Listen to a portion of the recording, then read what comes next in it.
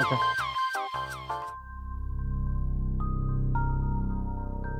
You are about to receive messages that may be harmful to your mental state. Your sense of reality will be questioned. Your view on things will be altered. You are now part of the meta. The meta controls everything. The meta determines what will and will not happen. You are watching the Metashow.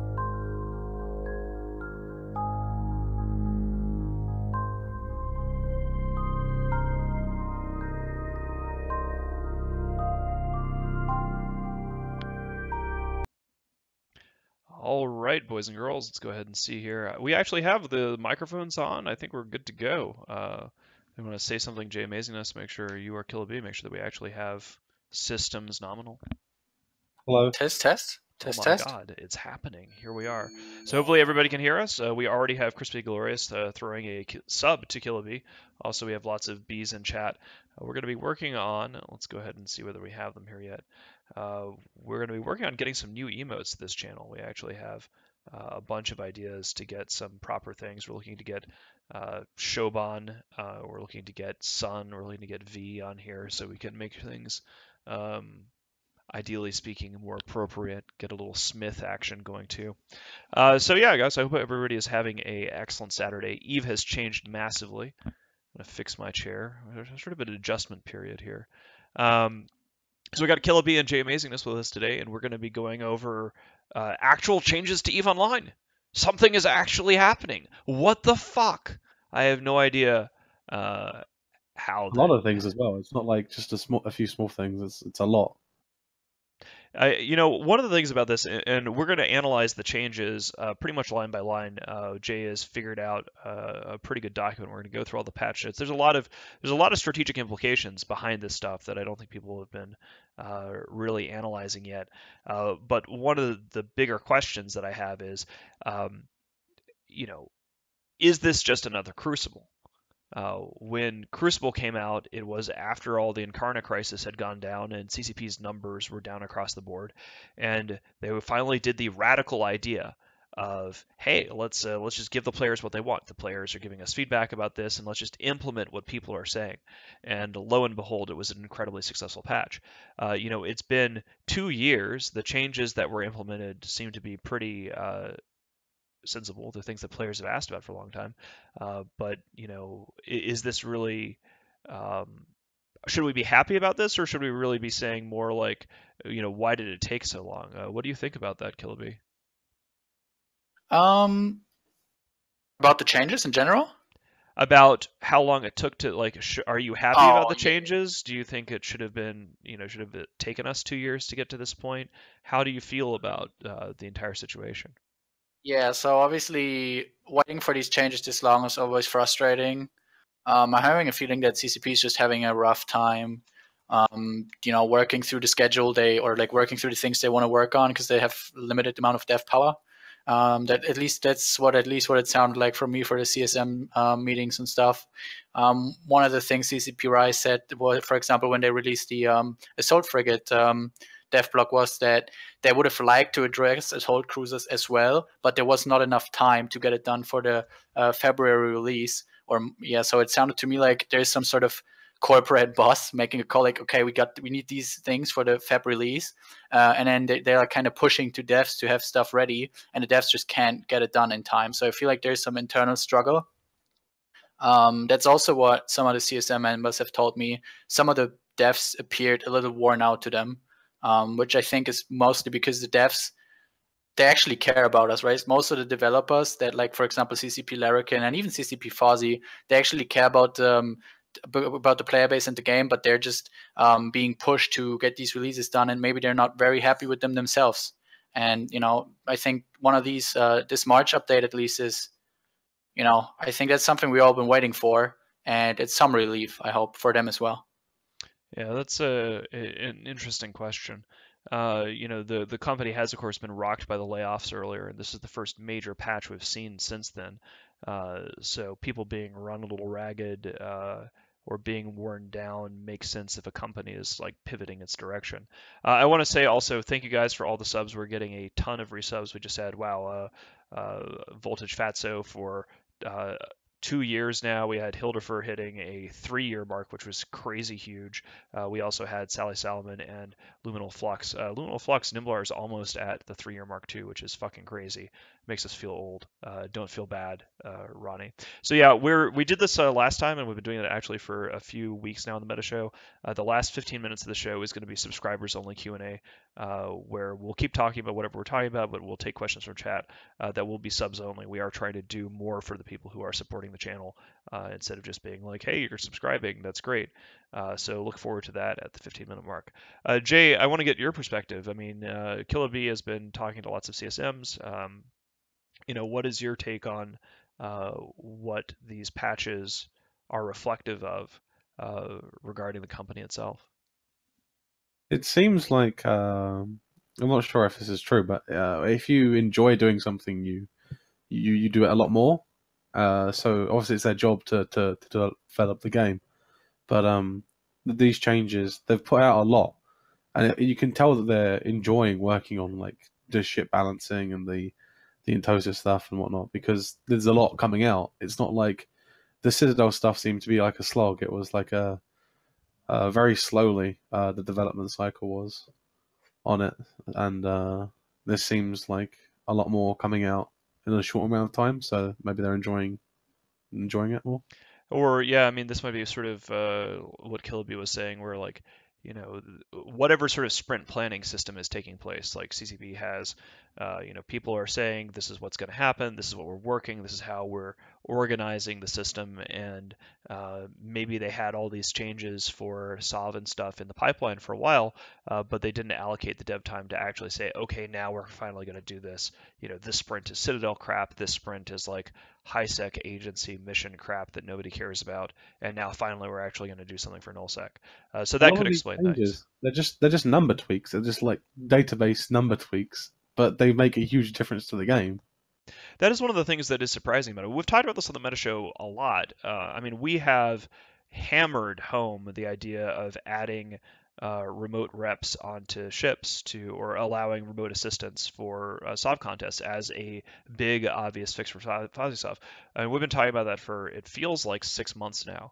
And the attitude that we've had from the guests on the show, my own attitude has been exactly that. It's like, these are simple, easy fixes. You don't require, and when I say this, when I say an easy fix, I don't mean like, it's so obvious. I mean, it's a database tweak. It's a number. It's an integer value. Are you changing the flag? Does this allow remote assistance or not? You're changing the numbers for jump fatigue. In terms of development effort, it's not like coding a completely new AI path or, inventing a citadel or something like that. It's something that, same deal with ship values, right? Like you're changing the stats on a ship. That's database entries essentially. So it's good to see it happening, and I think that we should praise CCP for that. They deserve praise for doing these things, but I want to temper that at the same time, because that's kind of like, if somebody spends 2 years telling you that they'll get to you, they'll get to you, they'll get to you, they'll get to you, they'll get to you, and finally they get to you, and you're like, yay, you got to me, this is the best thing ever, then they know that they can basically ignore us for another 2 years before that they actually pay attention to the players again. So it's sort of like a weird abusive relationship dynamic. What up, Imperium? It's been a long ass time. That is a old and familiar face to see pop up in chat there. But yeah, let's go ahead. We're gonna head into the top story next on the other side of this big graphic, and we're actually gonna go line by line and examine some of these changes. But let's watch the pretty video and listen to the cool sound.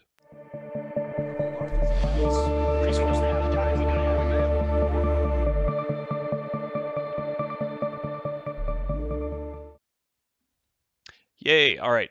So what are we gonna let's basically start at the top of this here. Let's start with the Machariel changes. So the Mac has been the king of nullsec for like how long has it been that the Mac has been the apex subcap force? Early 2016 or something. like late It was like 2015. mid 2015, yeah, I Yeah. think. That's when we really started taking it from the low sec and putting it into null sec doctrines. This is sort of one of the funny things is that CCP, of course, the last time that they did a lot of serious balancing to ships, were telling everybody that they were going to try to balance more often, shit like that, and that we had the T3 meta essentially. Everybody was using T3 cruisers for everything for a couple of years, and then CCP nerfs T3 cruisers and says, hey, we want to shake things up such that this isn't like the one thing everybody's doing. And of course, everybody just proceeds to use Max for years again, and it just takes forever to actually get balancing back. So I mean the changes are they lose a low slot, so it ends up with an 866 layout, and also a massive nerf to their signature radius. So what is it, like a 30% increase to their sig, and their range gets cut because they lose fall off. Are we going to see Max in any context anymore, or are these things? I mean, are they just going to be like freighter bumpers in high sec? I think I initially thought Armor Machariels were dead when I read the patch notes, but then I talked to Capco a bit, and Capco has like a very different opinion than most of the 0-0 people. He says that it's actually a buff for Machariels, interestingly enough, because if you look at the numbers, they lose about 40k EHP. They gain the 20% or the 20 km lock range that all T1 battleships are getting as a quality of life, quote unquote, which is actually a massive buff for some battleships, because that includes faction battleships. And then they also get that extra mid slot. So that means that you get an extra utility mid, which makes the Machariel, which is also one of the reasons the Machariel was so strong. The fact that you had a very tanky armor battleship that was also able to fit two utility mids with, for example, dampeners or tracking disruptors. Right now, you get a third utility mid slot, and you probably can even scratch the SIBO because of the extra 20 km or 20% lock range or whatever it is. I think it's 20 kilometers, right? Or is it 20%? I'm not exactly sure. Anyway, so It's basically 20%. 20%. Okay, yeah. So you can basically scrap a SIBO. So you get, like, in theory, you get two extra utility mids, which makes it Crazy good for an E-War platform. I mean, that is. Yeah, exactly. It's like it's a crazy E-War battleship that is still pretty tanky. I think what the change does is right now, because of the surrounds, like it was basically an all-rounder. The Machariel could do anything. I think it's gonna lose its role as the tanky grid controller, right? If you want a brick tanked armor battleship to control a grid with RDs, in tie-dye, for example, then I think the TFI will be the go-to doctrine, right? The Tempest Fleet issue. But I think the Machariel will still see play, even with the armor variation, looking at those numbers. Because 40k EHP isn't that insignificant, and having so many utility mids is pretty powerful. That's a really interesting point. I hadn't really considered the fact that I actually hadn't realized that the buff to the T1 battleships, of course, also includes a buff to all the pirate battleships. I'd been, for some reason, thinking of them separately. That potentially simplifies things a lot for the Imperium, because we've been thinking about having to potentially ditch Max, but you could essentially keep them and use them as E-War support for a different line doctrine. Jay, what do you think about that?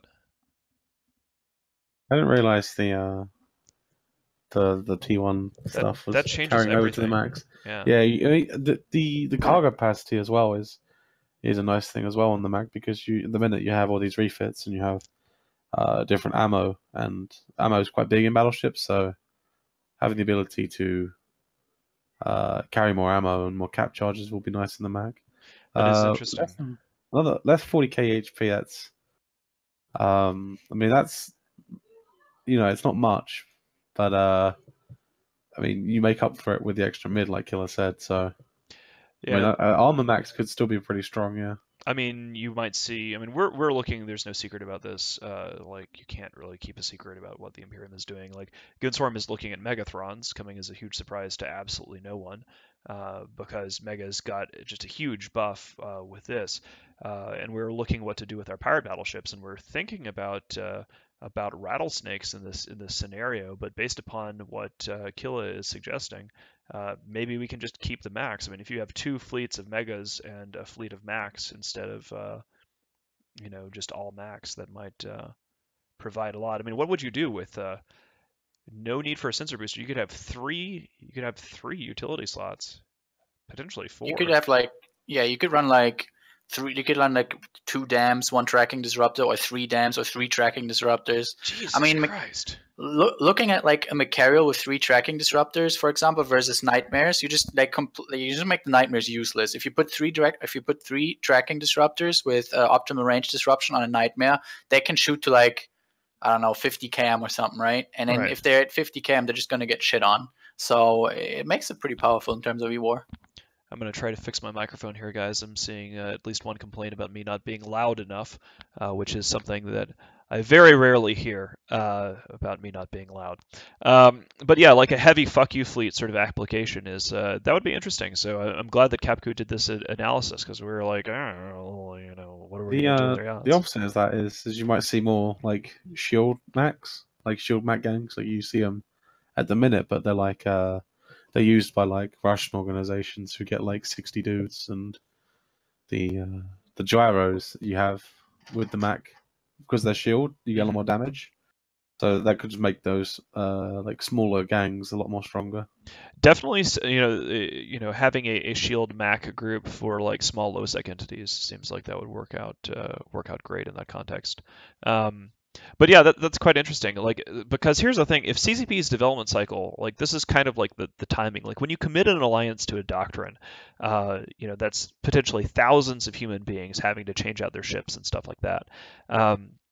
So one of the things you have to consider is if CCP is like doing this big patch and then they're not going to touch ships for a while, and if they didn't really nerf the Mac, then you can go like, okay, well, we'll have people still committed to it and then sort of ride that wave for potentially another couple of years before the meta changes.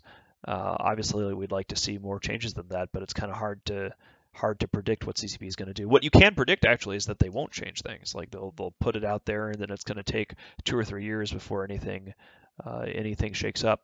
How do you feel about some of the other pirate BSs in this environment? Like I've seen some discussion about nightmares being better.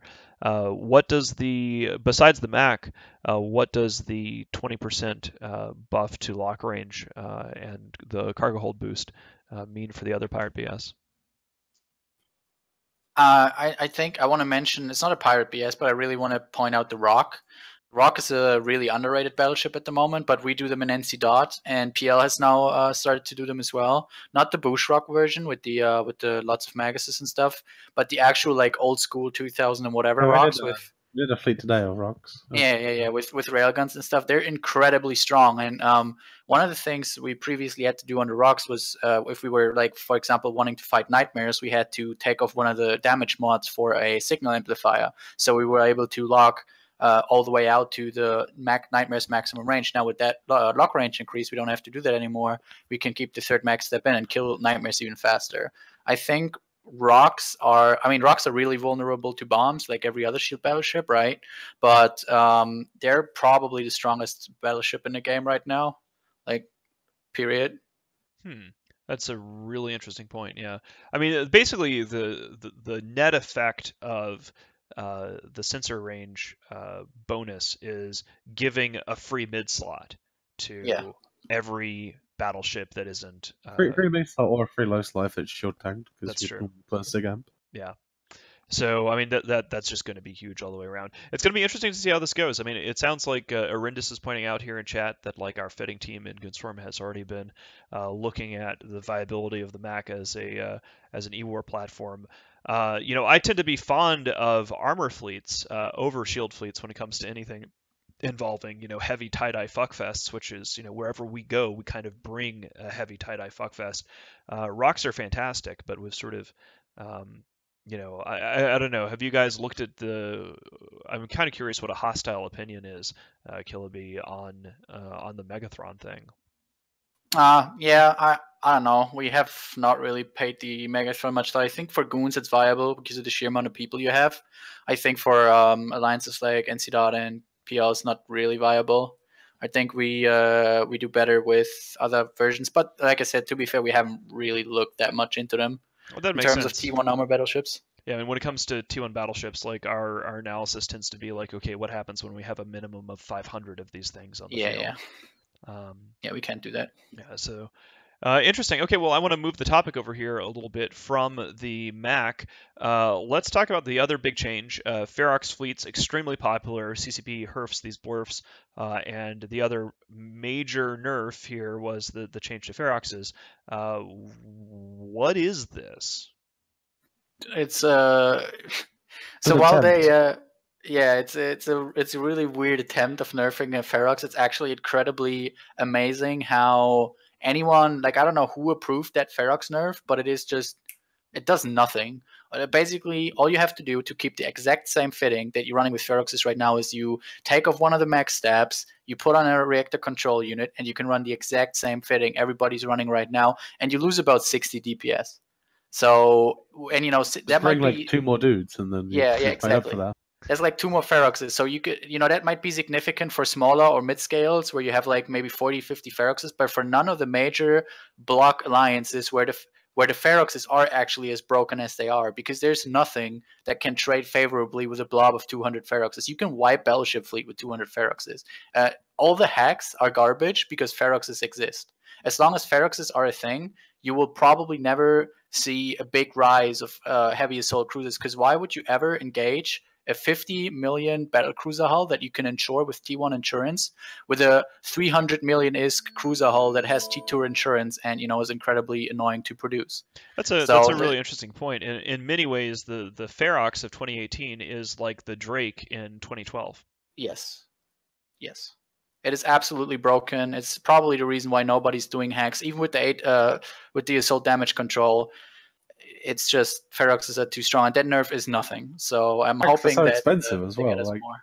they're just ridiculously expensive. Like a hack gang will easily run you like 30 bill if I mean, the you only hacks go that seem to this see fleet, the any consistent technology, and use recon. are The Serbs. Serb. That's just Yeah, because yes, they yeah. can skedaddle. Serbs are now even better, right, with the assault damage control, because you can now use it to tank some volley or whatever. So Serbs are in a very good spot right now, but all the other hacks are, yeah. That is an interesting thing, is as Corns here, Gimmick of Ariak, points out in chat, is that it is really weird from an old school player perspective to hear anybody talking about the virtues of Feroxes, because for so long, the Ferox was actually my first battlecruiser in Eve, like when I was a little babby in 2005. And we would use them to mine in Lowsec, and it was exciting because you could put 5 turrets on a Ferox, so we would get 5 minor 2s in this. I'm not making this up. This is like scrub tier, like Babylosec newbie alliance in the dark ages of Eve. And I still have that Ferox. It's parked in a station in Syndicate. It never actually got blown up.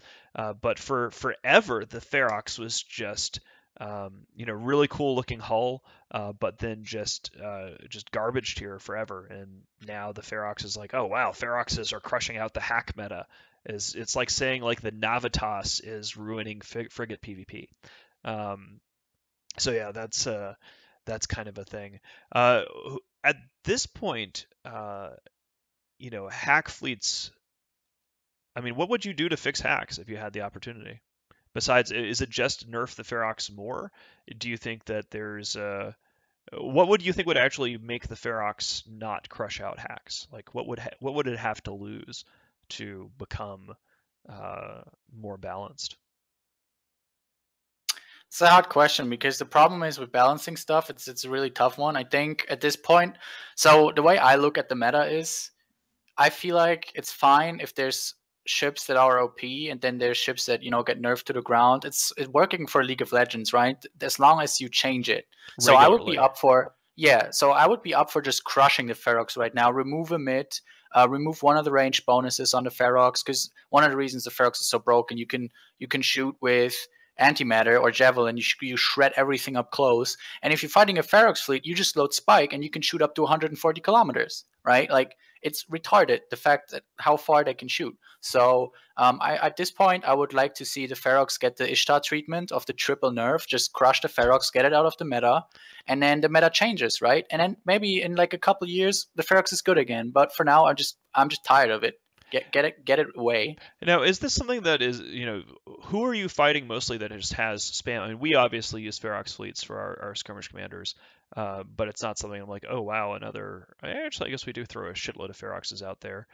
Is it an issue because it's just become ubiquitous? I mean, during the heyday of the Drake, everybody in Eve was using Drakes, and it was just everywhere you went was just trash tier, gloriously trash tier Drake fleets. Has that become the kind of thing? Are you seeing them from like Test and Pravi? I know Horde uses them. Where are you seeing these Ferox fleets?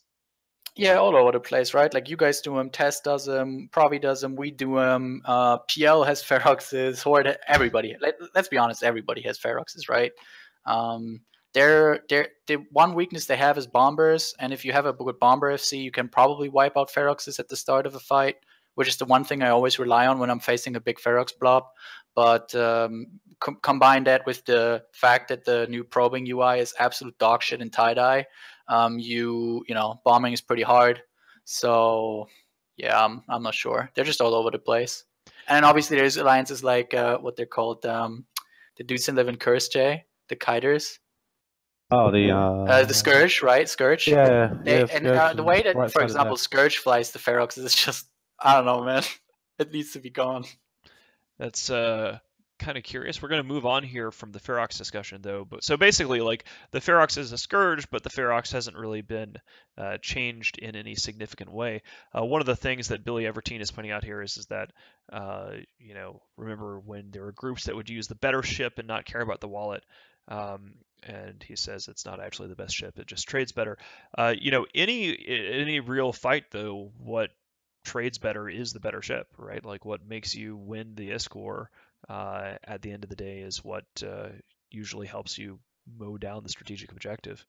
So I'll disagree with that point. Let's take a look at uh, out of just one more thing on the Tech 1 battleships is 25% cargo capacity, so that means more ammo and more cap boosters, which is pretty cool.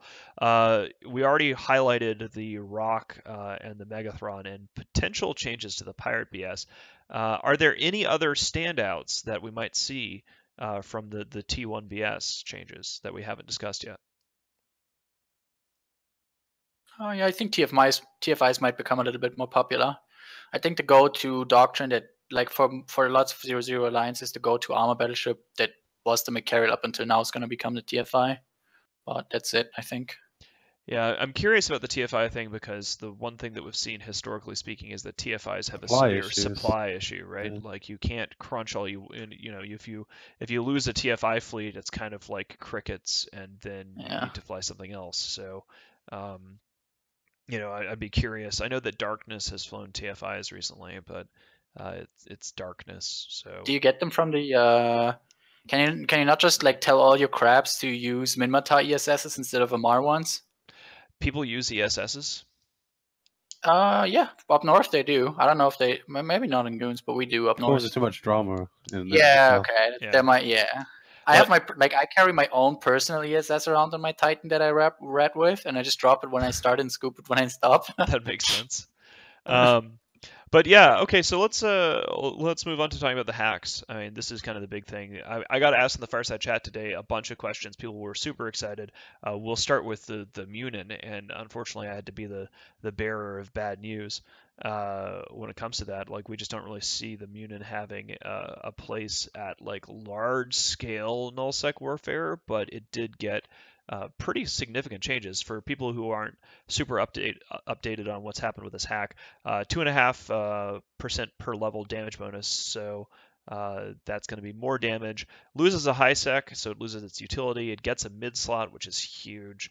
A little bit more armor, less mass, less sig. What do you guys think? Maybe. I don't know. I personally don't like them. I just want Zealots to be good, man. I love Zealots. We'll see. I think the Munin could be viable, but we'll see how good they are in large scale. I think they're gonna be seen in mid-scale sized like stuff. Maybe. See a lot of groups. Like I said, I read it on the sheet. I read you'll see a lot of groups trying out maybe one or two fleets, but I don't really see why would you bring it Yeah. when you There's could no just reason bring to like bring the a Munin. battle cruisers like a Yeah, Hurricane over or like Feroxes. or even a Rupture. Yeah, That makes that's sense. true. What about the Eagle? Feroxes. The Eagle has gotten really just nothing on this. It's gotten 12 more velocity and plus 25 to drone bay, and I don't really know what the hell you're supposed to do with that. Like, why even bother, basically. Has anybody seen eagles used on the field Not in the since last Brave died. year, Brave was basically? crushed by PL. Yeah, and that was I think a couple of years ago now. Like I Yeah, haven't actually 2014 or some shit. Yeah. Yeah, I haven't seen eagles. Eagles are one of those things that like people talk about as being good or potentially being good, and they try, and then the fleets get wiped out, and then everybody goes, "Wait a second, that was dumb as fuck," and you never see it again. I think Brave are literally the only people that I ever saw using eagles on Moss, and that ended well for them. Um, so the final thing, and this is actually probably a major thing for everybody who likes nullsec combat, is the new FC ship. So CCP has introduced a monitor fleet ship, which is basically designed to prevent headshotting, which is particularly useful because in major nullsec fights, all we ever do is headshot each other. For like a big fuckfest tie-dye battle with 1,000+ people, you almost always have enough mass on the field to headshot, and then it becomes a meta game as to who can find the target collar and headshot them next. So this monitor ship has only 2 mid slots. It can only fit propulsion mods in those 2 things. 300,000 EHP, 90% resists, 15k armor and shield. Some FCs are whining that it doesn't have a probe launcher, which seems a little bit odd to me because if you're an FC, you're probably multi-boxing anyway, so you could have your probing alt in a fucking T3 like a goddamn adult. Jay, I want to put this to you. Have you had a chance to take a look at the monitor, and what do you think it's gonna do? He was like, telling me, "Oh, you're gonna be really hard to hit because of the low sig." And we went on Sissy, and I had halos in with X Instinct running. I had 20 meter sig, and he was still hitting me with like really good damage in a Machariel with just 2 TPs. So, Ooh. yeah, Is that not because as is that because of the 2 TPs, or is that yeah. because the SIG is bugged, or what? I'm not sure if it was bugged, but it was not as good as I would have expected it to be. It's gonna be really good in mid-sized gangs, but in like big nullsec fights, no, there's no place for it. That's interesting. As Villy is pointing out here in chat, the no probe launcher is terrible because you need to be able to fleet warp. So that's a pretty good point. But if this thing, it's slow. Um, if you can't actually tank it, right? Like it has its existing tank that's sort of set by CCP. Yeah, it You just know, has 2 slots for an afterburner, an MWD, or an MJD. Arindus is pointing out here that the problem with it is that it's designed to have the same tank as a command ship, so it's the command ship that can't boost, has half of its tank, and the tank is the wrong type because it's a mixed armor and shield.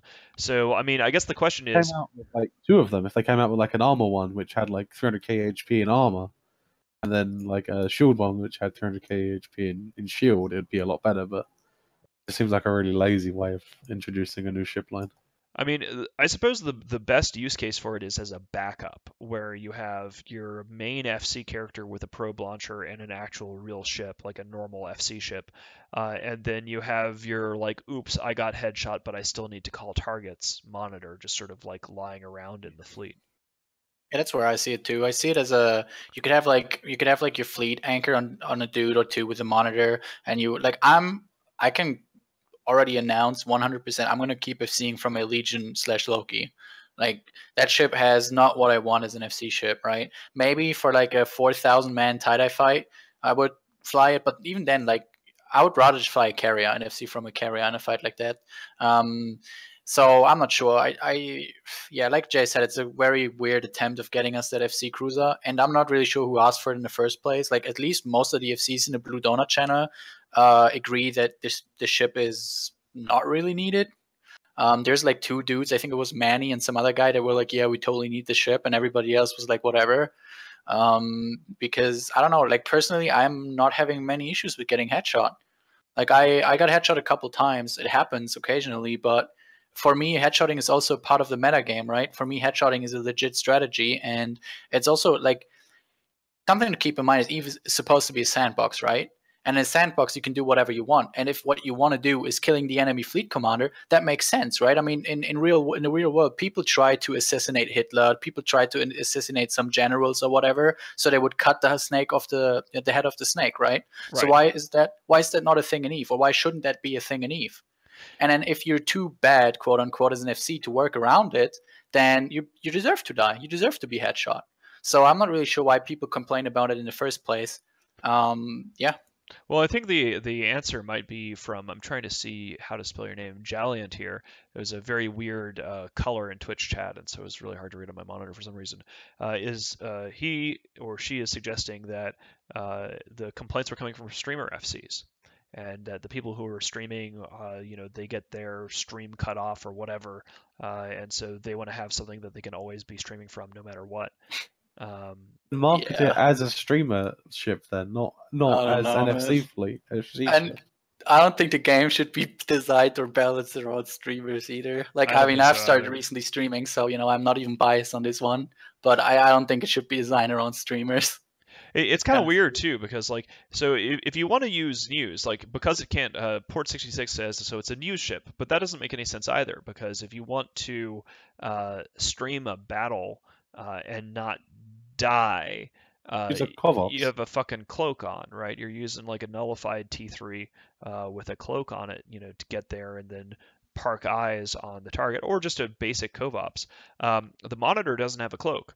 So it can be used, I guess, if a streamer is leading a fleet, but streamers don't usually lead big fleets, right? This is the use case for this thing doesn't make any sense. It only makes sense if you have a big fleet, and if you have, I guess it's useful as a backup ship. Right? That's the only thing. You want to be able to probe from your main ship. If it's a really big fight, you might FC from a carrier. Yeah, I don't really know. As Corin says, the monitor does in fact have a use case, which is the dumpster. So I mean, what we've thought about here is it could be fixed if there was two variants of it. If you had a shield monitor and you had an armor monitor, and you added a probe slot on it, would that be enough? Do you guys think? You're both FCs? I would like a prop launcher on it. That would be a good start for me to consider using it. But yeah. Specific versions at least would at least allow you to have a little bit more tank.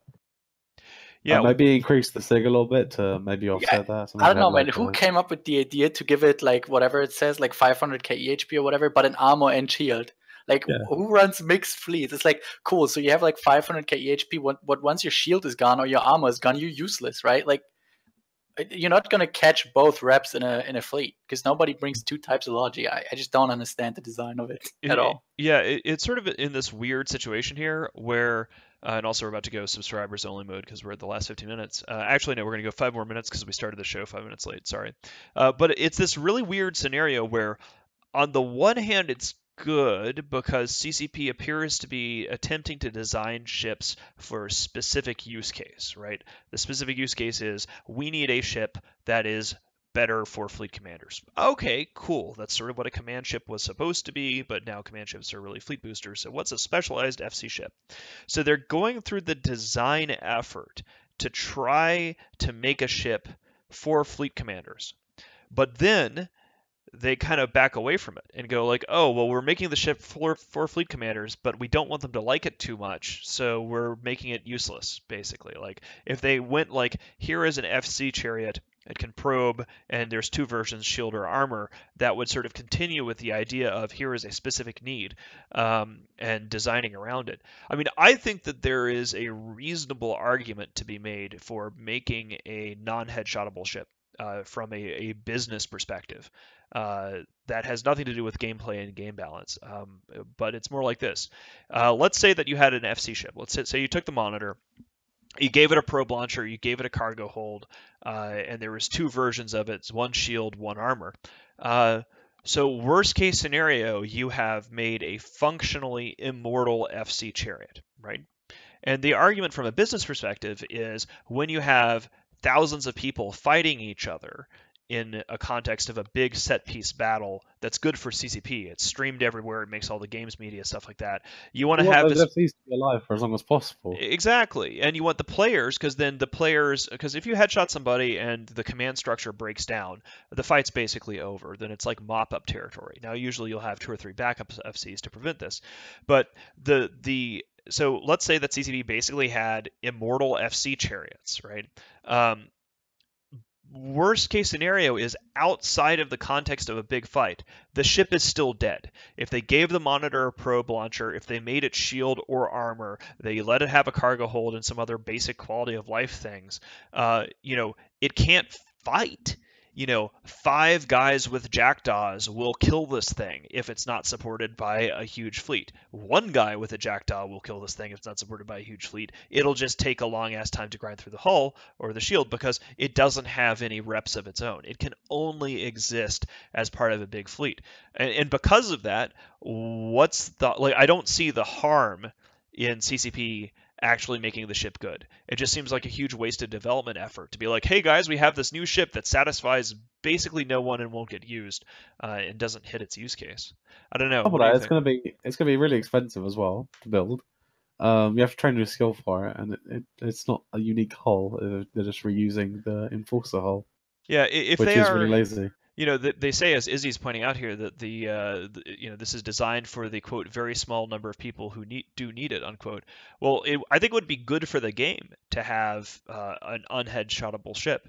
I think that it's a reasonable use case. It's just it's like somebody who is like, imagine that I invited you over for a steak dinner. And then I was like, hey, come over to my place. I'm going to make a great steak for you. It's going to be awesome. I know you love steak. And then I'm like, well, I know you really like your steak medium rare to rare, but I'm actually going to just serve you it well done. And actually, it's going to be a steak that's made out of ground beef that I've just sort of pounded together and fried up. It's going to be a country fried steak done well done, but it's totally a steak dinner. You love this, right? Like it's like it seems like bullshit to me. Like, hey, have this thing, and you can't actually have the thing. I don't really understand. Um, the very idea of that makes me very angry because I'm thinking about a nice steak dinner now, and having that taken away from me at the last minute makes me a hamburger steak is not quite the same thing. All right, let me change the channel over here. We haven't even got to like the good stuff yet. The good stuff's like the jump fatigue stuff, which is That's coming. right. Well, we're going to do that now. The channel is now in the subscriber only mode, and so we're going to take questions from people, but we're also going to shift into the fun stuff, which is now we have jump fatigue, and we might go a little bit long this time. We'll see. We have a few big changes here. Jump fatigue changes, jumping and tethering changes, which Manny is all mad about, and of course the Entosis changes, which are probably the biggest ones. Let's talk about jump fatigue. Jay, why don't you lead us in? It's been like technically like 3.5, but like we're gonna call it 4 because it was 2014. 4 years since they added fatigue, and since then we've got like a few range increase. Blob's got a little bit of a buff to their time, but overall it's not really been much from CCP. Despite the like everyone at the start when fatigue first came out, everyone didn't like it, but now we've sort of accepted it and like we're working around it. And then they come out with this, so I'm not really sure where it's coming from, but I'm happy it's here. So they've the current cap on fatigue. So if you just jump after jump after jump, maximum you can get is 4 days currently, and they're reducing that down to 5 hours, which is a 95% reduction. It's essentially like they're almost getting rid of it totally. Like as I Yeah, can't pronounce your name, DT DJK GB. Like that's just, but I tried. But as he points out, is that like why don't they just get rid of it totally? Like they're functionally removing it, except for, I mean, I suppose it still has an intel value in the sense like if you're making a fleet wait for 5 minutes between jumps, then you're like, hey, Pandemic Legion is jumping across the entire galaxy, but we can see them sort of pausing here at each step. I don't It's know. gonna be 30 minutes, right? Keep that in mind. Well, it's like So 7, and then 30, I think. yeah. So like there is ultimately like a 30-minute gap. So you can't go all the way around the galaxy, but it's going to be a lot easier. I think that the biggest impact of these changes is going to be the fact that local defense is going to get a lot easier. I think that the number one thing, like if you come to Delve right now, you get dropped on. Well, after these changes hit, there is like Delve, Quarius, Fountain, like it's just going to be a fucking drop party any day, every day. It removes any disincentive towards aggressive capital defense in your home territory for everybody across the galaxy. Makes you a lot stronger in your home region, and like the surrounding areas now. So we can jump, wait 7 minutes, then jump again, and wait 7 minutes, and jump again. Yeah. So it would take us like, uh, you know, will take us 20 minutes of gating. We could just do that with jumps, and it's a lot nicer. It's like having capital ships again. Yeah, there's no worry. Like at the minute, everyone's always worried. Can we join this op with fatigue? Or oh, we can't. Okay, we'll just not join the op. But now it's like the maximum you can get is 5 hours. Yeah, so when you log off for the night, you're done. Like no matter what, tomorrow morning when you wake up, you'll have no fatigue, which is brilliant. Really the way it works right now is like you might want to drop your cap ship in Delve, and if it's a night where like you get multiple attempts to drop, you're like, oh wow, well I can't really play the game because I have all the space aids for the next few days or whatever. But I no longer have a need for so many Titans. I could just use one now instead of having multiple Titans to drop with. We always need more Titans. That's what I'm saying, dude. Multiple Titans are good anyway. But let's move on to talk about the tethering changes. So CCP is making it such that when you jump to a citadel, it'll be at least a 30-second gap before tethering kicks in, which means that if you jump and there's a hostile gang there waiting for you, they can get you tackled and make sure that you can't tether up. What do you think this is going to do? Yeah, I think it's basically going. So I mean, an option for the big alliances would obviously just to deploy keep stars all the way they want to go, which let's be honest is not unlikely. I mean, you already have your keep star chain basically in place from Delphi Fountain, right? Mm-hmm. And then we do the same in the north. So it's for the bigger blocks, it's easy to just deploy keep star routes all the way. And I think in terms of like movements through low sec over Astra houses, it's going back to where you just can't AFK move and don't worry about it at all. I think it's, in my opinion, it's pretty good. People, it's always a double-edged sword. Like people that maybe you have been AFK for a while and then want to catch up with their alliance, for them it's obviously now going to be a bigger pain in the ass again to catch up because they can't just jump through a bunch of Astras, no worries, and be with their bros, right? But it also allows the super cap hunting and low sec to get a little bit better again, where you can, basically if you're smart, you can make it alive. It's going to be some effort, but you can make it. And if you're just a brainless monkey and you just jump, then you're probably going to die. And I don't think that's bad. Darwinism is a good thing for Eve. I think so too. I mean, I think that it's a nice balance. I mean, 30 seconds is not an eternity. It's not like a hey, go fuck yourself kind of thing. But you are going to see people who like blind jumps and don't do anything. The Reddit thread was pretty good because there was a bunch of puppies freaking out about them not being able to dock their jump freighters, and just watching Querns just rip them a new one was quite funny. But you can just dock, right? Yeah. He said it multiple times, but they just didn't understand that. Wow. Yeah. So like you don't actually have to worry about tethering. You can just dock your ship, guys. Don't freak out. Yeah. If you can dock in the Citadel, you can just instantly dock no matter what. Wow. It's just like if you jump a Titan to an Astra house, you have to wait 30 seconds pretty much before it tethers. Yeah, exactly. Yeah. So let's move on to talk about probably the single biggest change. Well, actually, I'm not sure. I don't know if this counts as the single biggest change in a vacuum compared to the jump fatigue changes, but the Entosis changes. So Entosis, finally Fazisov gets tweaks that make it suck slightly less. Subcapitals can now receive remote assistance, which is something that we've been talking about on the Metashow for half a year, I think, which is great.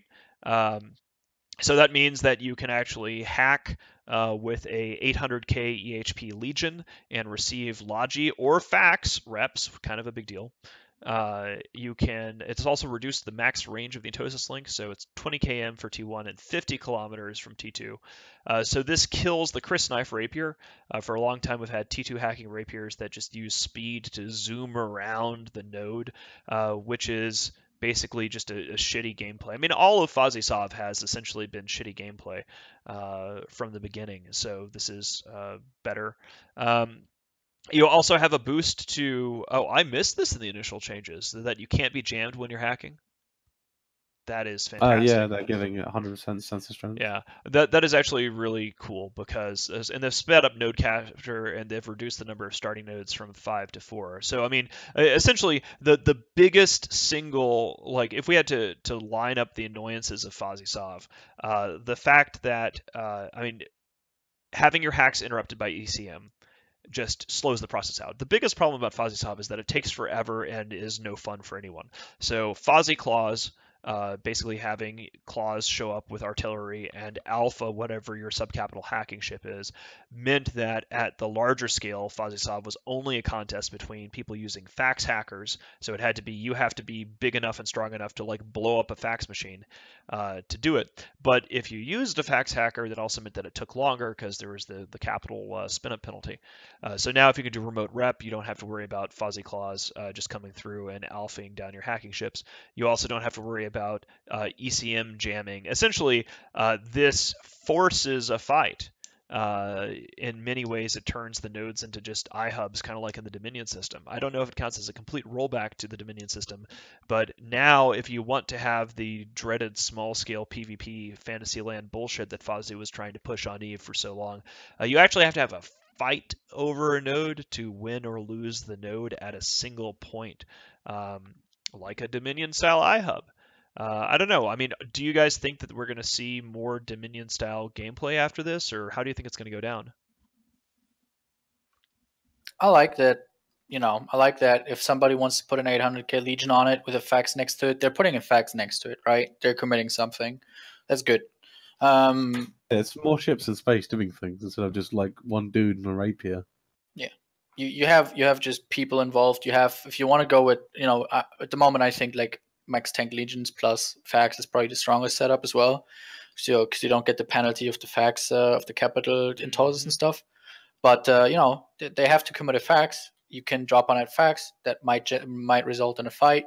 If you go bring enough ships to actually be able to break that legion as well, to be able to volley the legion, maybe, that's probably worth dropping on. So yeah, it's definitely an improvement. Yeah, I think it's going to be interesting to see. It certainly makes conquest easier. I mean, Sov defense is still a pain in the ass, and so one of the biggest preventions of people just having a huge Sov footprint is just, the system is kind of annoying. But I think that this will make things less annoying actually, because the biggest issue with Fozzy Sov was always, um, you know, even the simplest defense op could be made to take forever if you had a foe Right who was now, willing to use ECM and shit or claws. right now it takes so after these changes, if your iHub comes out reinforced and the nodes start spawning, it will take 6 nodes for you to win as the defender and 9 nodes for the attacker to win. Right now. Which is no, after the change. After the change. So that's actually a lot better. So only 6 nodes, and you can just park, hey guys, 6 faxes, and you can just get it done. Well, I guess it spawns for 4, and then you need another round of spawning. So, yeah, I mean that's basically the point that LB lead is pointing out, or L2 lead is pointing out here in chat, is that these are changes that the players have been talking about for years. So like we have to kind of strike a balance here. Like I found myself, I was super excited. Like I don't want to make it sound like I'm down on these changes. I think these changes are great. These are changes that the players have been asking for years. The reason why I'm being more restrained about this on the show is when I first saw the changes, I was stunned. I was like, holy crap, this is everything that we've been asking for years, and they finally gave it to us. And I was excited. I even tweeted about it saying, like, what's happened to CCP Games? They're actually doing stuff that's good. How can this be? And then as the initial excitement wore off, and then I got to thinking, like, is Namamai right? Namamai tweeted at me and he was like, hey, this is basically like Crucible. Like the game was stagnating and screwed up for a while, and then CCP finally listened to people and gave them what they wanted, and now it's like, oh my god, this is the best thing ever. So I think we kind of need to be restrained about this. It's good that CCP is giving us this stuff, but it's also, let's not forget that these are small iterative fixes to database entries. This was not a huge amount of development. They could have given us this, they 3 years promised ago, to, 2 yeah, years they ago. promised to iterate on FuzzySoft. This is always the thing. They promise to iterate on chip balance. We're going to iterate on chip balance, and we're going to totally do this, and then they don't deliver.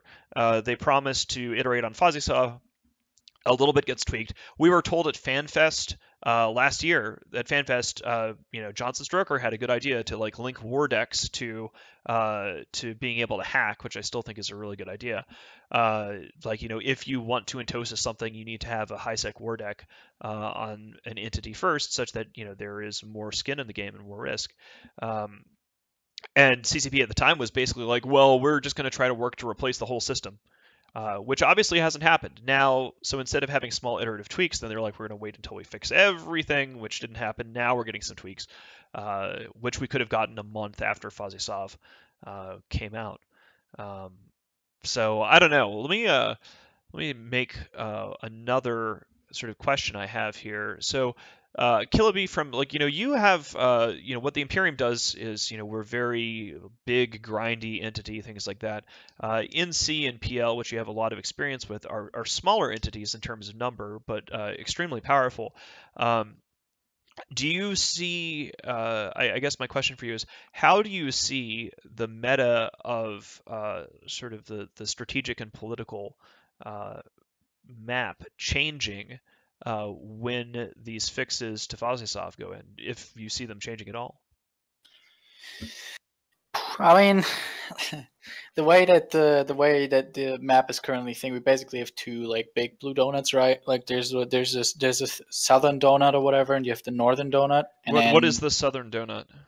I mean, right now it's probably. I mean, it's just goons. It's basically So we're just actually an alliance with a few friends. I mean, it's you with you and Imperium, right? So there's the Imperium, which is Yes. one coalition, and then Yes. you're going to describe this other donut, which This I other assume involves multiple alliances with yes. large numbers. Okay. Yes, exactly. Okay. No, I just wish you guys would stop lying to yourselves about the fact that, the blue donut thing, you're all blue troll, and you should just admit it and be done with it. I have no problem admitting it. I don't know who's that is true. it. Credit to you then on that. I don't mind. Like, of course, a 9-Tech 4 was probably the perfect. More powerful. I don't mind giving credit.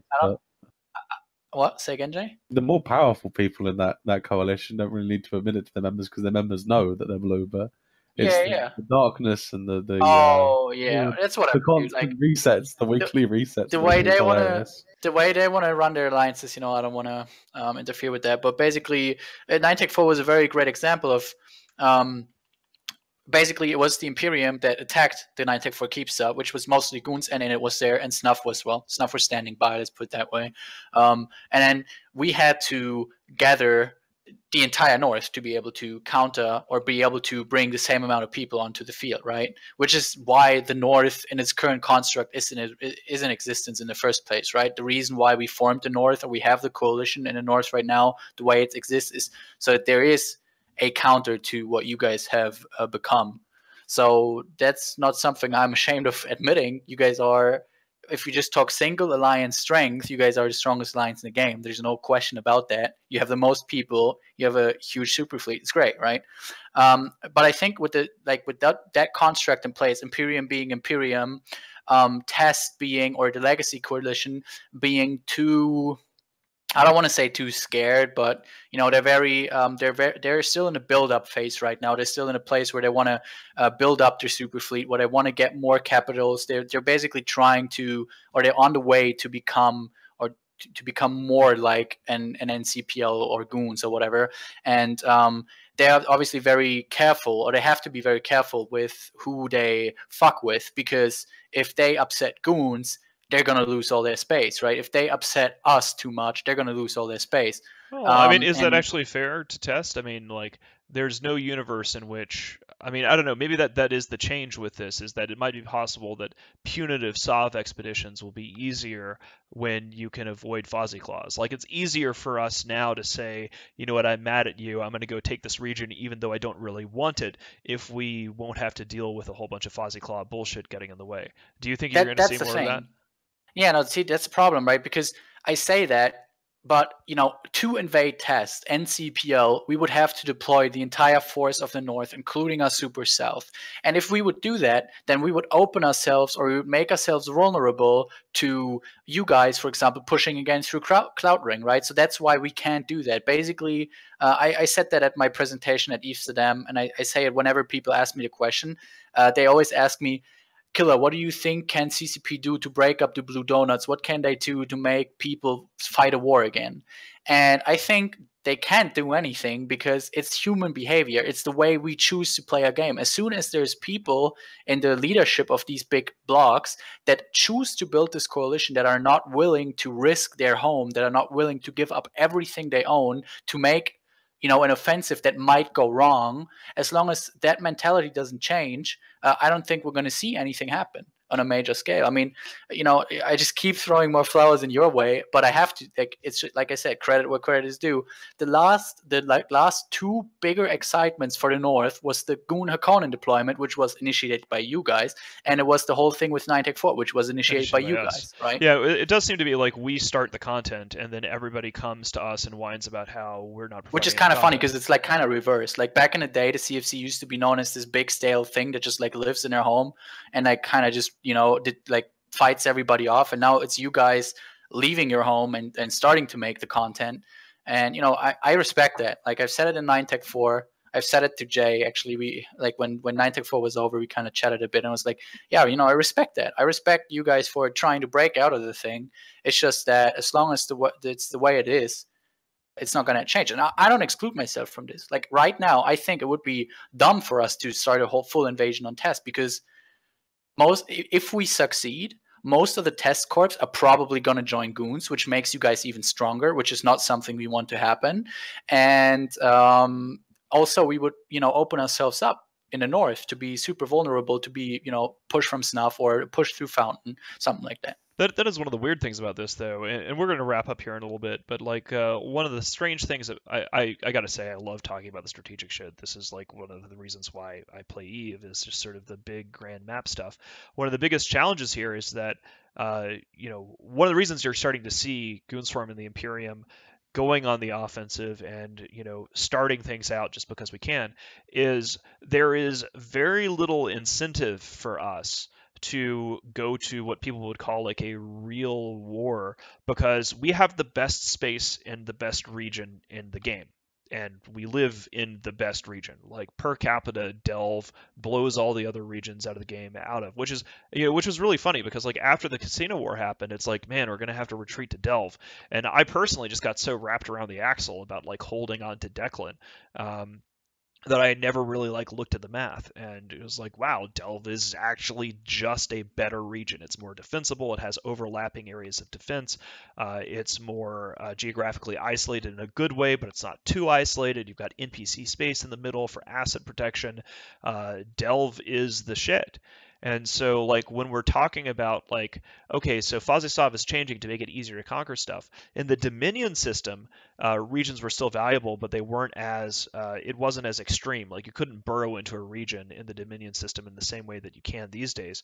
So in the Dominion system, you saw this natural hegemony, where essentially, after the Fountain War, but before the Halloween War, and even for a while after the Halloween War, actually, after BR5, when the Russian entities collapsed, essentially Pandemic Legion and their allies had the eastern half of the galaxy, and the CFC, Goonswarm, and their allies had the western half of the galaxy, and it was just like a down-the-middle split until Fazisov happened. So back in the day, you could go to war for the sake of, I want to go to war, and I'm going to take a region from you because fuck you, and now you can't have it. Now with Fazisov, you still have to jump through hoops to defend stuff, and I'm just not really... If we see punitive space strikes happen again, then it's going to change the game up a lot, because you're going to start to see entities taking space that they're not necessarily living in, and then just holding it because fuck you, which might be bad for the game if you end up with a bipolar galaxy again. But we're just going to have to see. I think, Jay, I want to bring you in on this because you haven't had a chance to sound off. What do you think? Is there going to be like a macro scale strategic impact from the Fuzzysoft tweaks? No, I think more needs to be done before we start seeing anything like that. It's a step in the right direction, but still think there's nothing to do with like before. The reason you would own massive supercap fleets is because you would grind a region. What is the point of owning a supercap fleet now, other than to just style on dudes, pretty much? That's a good point. Klotzy is saying here, are there any chance we'll get other CSM members in the Metashow, not just the good ones, but like Jintan or Sword or something? I think we've had Jintan on the Metashow a couple of times now. We've never had Sword Dragon on the Metashow, but it might be something for us to look It's into. more of a time zone issue, as sort, I think. Yeah, I mean, Jintan, of course, is the source of a big pile of drama, which we had a note to talk about, but we haven't really touched on because basically Jintan left CVA with the last one left turn out the lights kind of thing. But Jintan is going to test, who is still fighting with CVA against PL. From a PL perspective, Kilby, I haven't really paid attention to this. I'll be honest. I've been focused on some real life stuff in this last week, thereabouts. But like, can you give us an overview of what is happening? I know you're in NC Nod and you're not in Mhm. PL, but can you give us? I'm sure you know what's up. What's happening with that shit show over there? Yeah, if you want to, I just linked something in the general chat of the Metashow. If you want to put that in Twitch chat, that's what happened while we were talking here. I think that sums up the progress and probably pretty nicely. Let me take a look. It's just a battle report of we killed. So just while we were talking, I was running a fleet at the same time. We killed 5 Fortizars, an Astra House, an Aspel. Well, there's a lot of Citadels, and then also an Archon that was docked in one of those Fortizars apparently, and did not think about Wow, that is a logging off or lot. whatever. That So you just like ran around and blew up a whole bunch of forts. yeah, Wow. we're really abusing the new mechanics of being able to reinforce stuff all day or all week for that matter, and then we make a whole bunch of stuff come out on the weekend.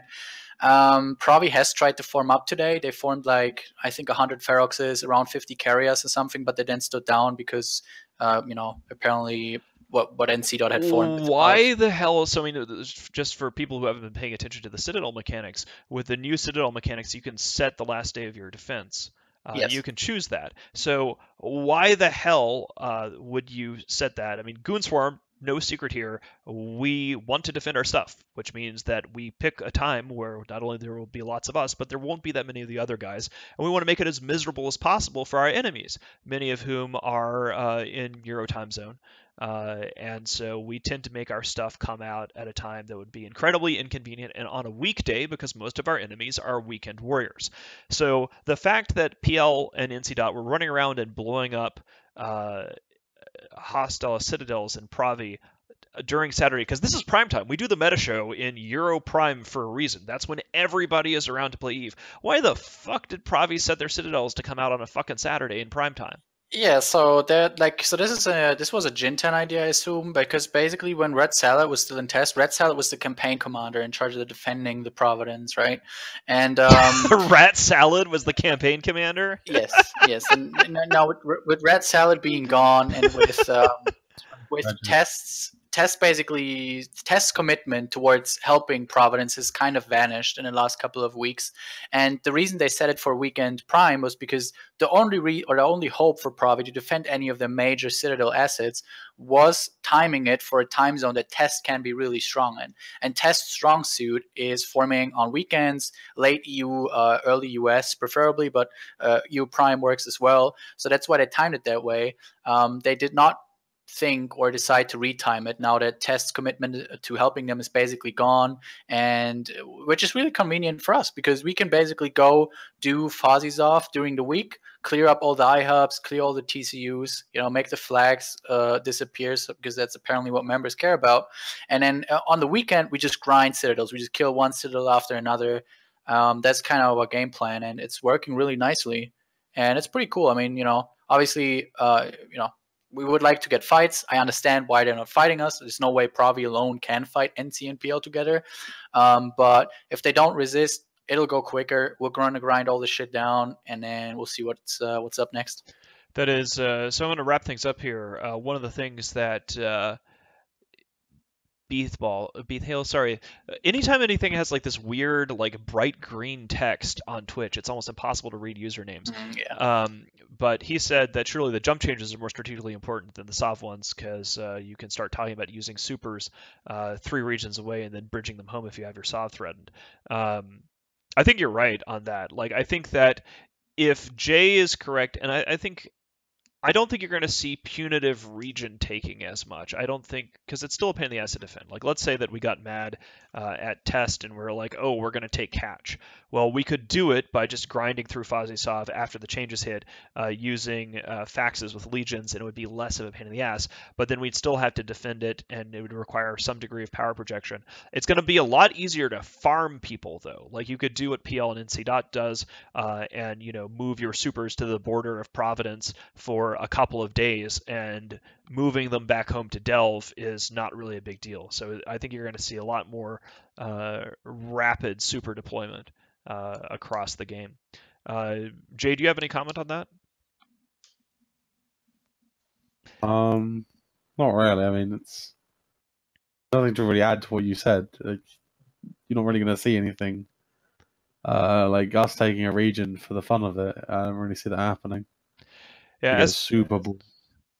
As Killaby is saying here, neither NC or PL are going to be holding Provi. They're just here to burn it down, which is exactly what the Imperium did when we were first doing our live fire exercises to test how Fozzie worked a couple of years ago. We went to Provi and we torched it, and then we left, because each of those iHubs that they have is worth a ton because they fully upgrade their space. They've got just tons of, it's a loot pinata there.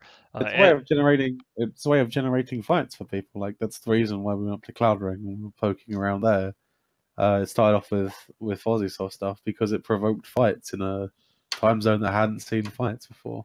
That is going to be interesting because we are going to see a lot more fights with these Fozzie changes. It'll be easier, so it'll be easier to convince our own guys to go on Fozzie ops because instead of going, man, this is going to be a pain in the ass, it's going to be, okay, here's a Legion, here's your fax buddy. You don't have to wait 15 minutes before the hacking begins. You don't have to worry about getting ECM'd. You can just do it, get the reinforce, and I think you'll see a lot more systems reinforced in an organized fashion when it comes to fight production. Be like, okay, we're going to go here and we are going to go reinforce 2 entire constellations at a go. Initial reinforces will be a lot easier. Just like, hey, we're going to do this. Here's our Legion. Here's our fax. We spread this out across 3 structures in each system, and every fax has a Sino on it, so you can just drop a defense fleet. Whilst your dudes are hacking, your the rest of your fleet reinforces the citadels or whatever. Yeah, or if there's no citadels to reinforce the rest, yeah, actually you're right. We can just hit the citadels. So I think, and when there's no citadels to reinforce, the rest of your fleet can just sit on a Titan. And if each fax is guarding a Legion that's doing the hacking, when there's like any actual issue that the fax, because a fax plus a Legion can hold off an entire small gang on their own, right? And then just like, hey, okay, well, there's actually a problem here. Pop the Sino, drop from the Titan on top of it, less space aids for everybody. Now I'm kind of thinking we should maybe start. Yeah, I'm looking forward to this. This will be good. We can have some punitive fuckery. Regions which you can. God, you can go take. We haven't. Yeah, I haven't. I'm like, ooh, we can get some more on.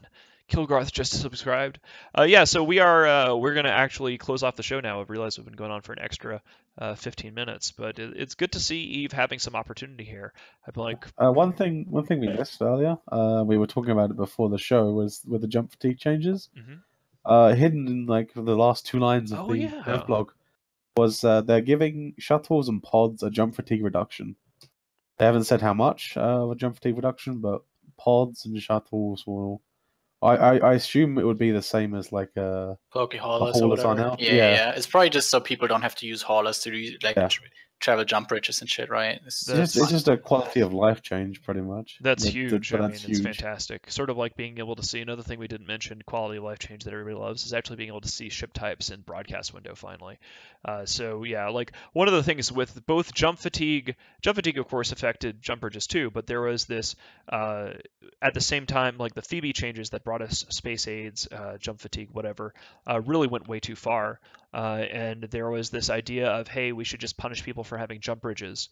One of the main reasons to have nullsec space and to build up in sov space and provide ships and space for people to shoot at is to have quality of life. And quality of life includes having highways, and that means jump bridges. That's like the big reason to live in nullsec, besides the riches, is that it's easier to transport. You can get around better. So anything that makes the jump bridge network better makes nullsec better and means that there's more stuff to fight over.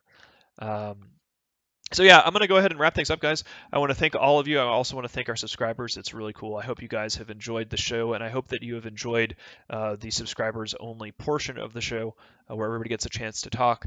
Hopefully we'll get you some new emotes. I'm very happy to just continually spam the B at the very least, and we'll get some more love here soon. 8915 to subscribe with Twitch Prime. Booyah. So thanks a lot, guys. We're going to do here. Next week, I won't be here. There will probably be a meta show of some kind. I will be in Tampa. There is going to be a lot of EVE events, though, so we're going to try to throw a meta show, even if I will not be here. So stay tuned. Something. Yeah, we'll update for everyone wondering on Bo. He says he'll be back soon, within the next 3 weeks. He said, that's and that cool. was a week ago. So who knows? Yeah, he is in Australia and having a good time, which is excellent with his lady love. So yeah, good shit. We will see you guys next week, and I'm going to try to play the intro and hopefully not screw everything up as I do. So thanks a lot.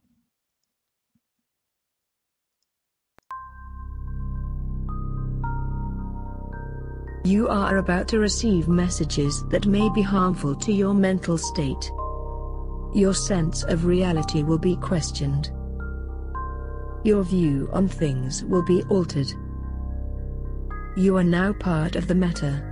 The meta controls everything. The meta determines what will and will not happen. You are watching the Metashow.